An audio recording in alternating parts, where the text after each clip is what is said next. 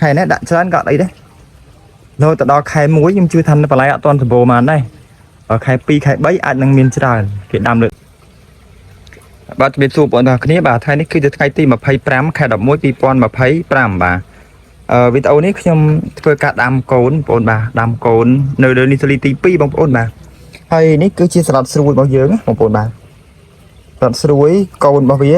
បងប្អូនយកទៅដាំនៅលើរងសម្រាប់ក៏បានដែររងសម្រាប់របស់យើងគឺຂະຫນាត់របស់វាគឺ2ទឹក1បាទប៉ុន្តែនៅលើនីសលីទី2នេះខ្ញុំចោះគឺ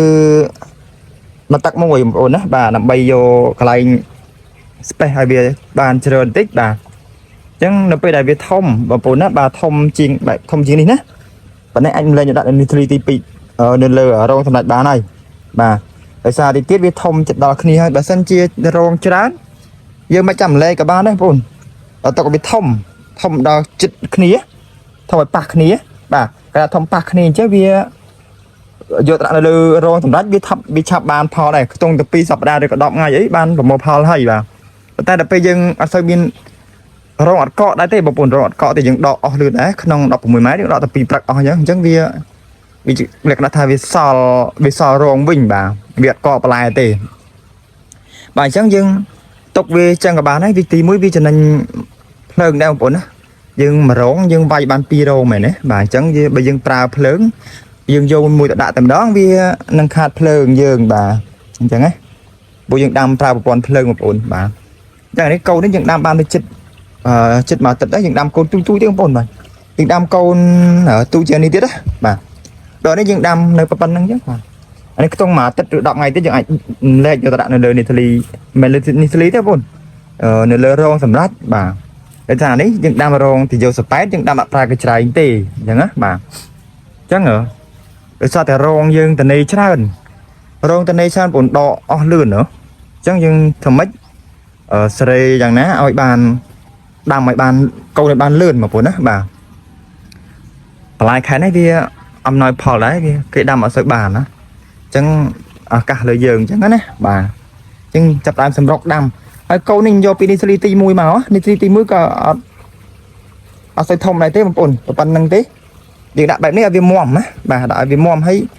កូនយើងមានបន្តទៀតណាគីបមួយថ្ងៃខ្ទង់600ទៅ900ណាបាទ600ទៅ1000អីចឹងណាតាមដែលយើងបណ្ដុះបានបាទប៉ុន្តែខែនេះដាក់ច្រើនក៏អត់អីដែរ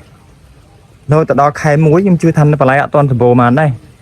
ខែ2ខែ3អាចនឹងមានច្រើនគេដាំលើដីបានច្រើនអញ្ចឹងណាបាទតែពេលនេះគឺអត់សូវទាន់មានទេបងប្អូនបន្លែបានថ្លៃបន្លែខែនេះឡើងថ្លៃមើលស្ពៃក្តោបស្ពៃបូកូសាឡាត់បាទសណ្តែកគួរក៏នៅថ្លៃដែរហើយសាឡាត់ខ្ញុំបោះបានប៉ុន្មានសាឡាត់បោះបាន7000ណាបងប្អូនសាឡាត់ស្រែយើងណាបាន7000ហើយថោកទៅចុះថ្លៃទៅសក់ទេបងទៅសក់រៀងចុះថ្លៃណាបាទចុះថ្លៃស្ពៃក្តោបខ្ទង់ខែ3ខែអីហ្នឹងខែ3ខែ2ហ្នឹងអាចនឹងចុះហើយបងអាចនឹងចុះដែរហើយ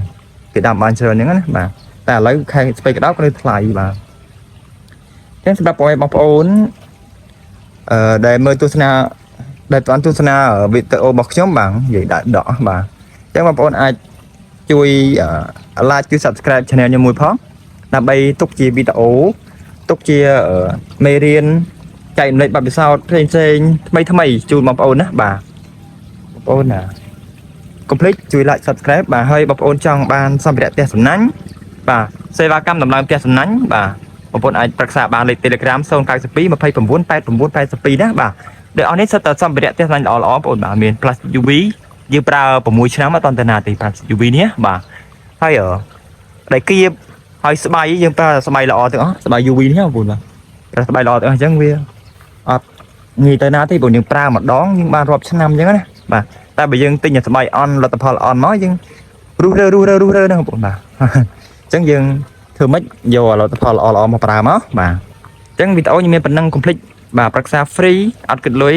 តាមលេខ Telegram 092 29 89 82បាទ